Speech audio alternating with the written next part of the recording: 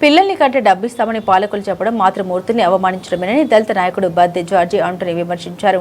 మహిళలు 4 పిల్లలకు జన్మనివ్వాలనడం అవసరమా అని ఆయన ప్రశ్నించారు. మన పెద్దలు పిల్లల్ని కనడాన్ని దైవప్రసాదంగా భావిస్తారు తప్ప యాంత్రికంగా కాదని ఆయన పేర్కొన్నారు. ప్రోత్సాహం పేరుతో 3వ బిడ్డకు ఒక రేటు, 4వ బిడ్డకు మరో రేటు అని ప్రకటించి మహిళల్ని మనమే అవమానించడం సరికాదని ఈ విషయంలో ప్రజాప్రతినిధులు పునరాలోచన చేయాలని జార్జి ఆంటోనీ కోరారు. జనాల్ని డబ్బుతో కొలవడం అది కూడా కొందరికి ఆపాదించాలని కొందరు కోరడం సరైన విధానం కాదని ఇది మాతృమూర్తులకు మచ్చ తేవడమేనని తాను భావిస్తున్నట్లు జార్జి ఆంటోనీ తెలిపారు.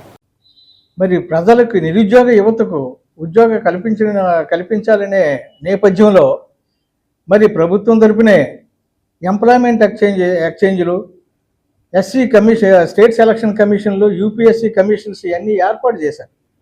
అయితే వీటి ద్వారా మరి ఉద్యోగాలు ఇవ్వడం ఫుల్ఫిల్ కావడం లేదు. ఏం చేస్తారంటే తగ్గించేశారు. మరి అలాగే మరి మరి లోకల్గా కూడా మరి ఉన్నతమైన చదువులు చదివి మరి ఉద్యోగాలు లేక మరి ఎంతోమంది కూలీలు గాను, డ్రైవర్లు గాను, వాచ్మెన్లు గాను చేస్తున్నారు. ఇది చాలా షేమ్ఫుల్. ఏం చేతనంటే ప్రభుత్వం చేయవలసింది సరైన ఉద్యోగాలు ఇచ్చి వాళ్ళని కాపాడవలసిన బాధ్యత ప్రభుత్వాల మీద ఉంది. మరి రాజమండ్రి పట్టణం చాలా చాలా ఉన్నతమైనటువంటి పట్టణం ఇది.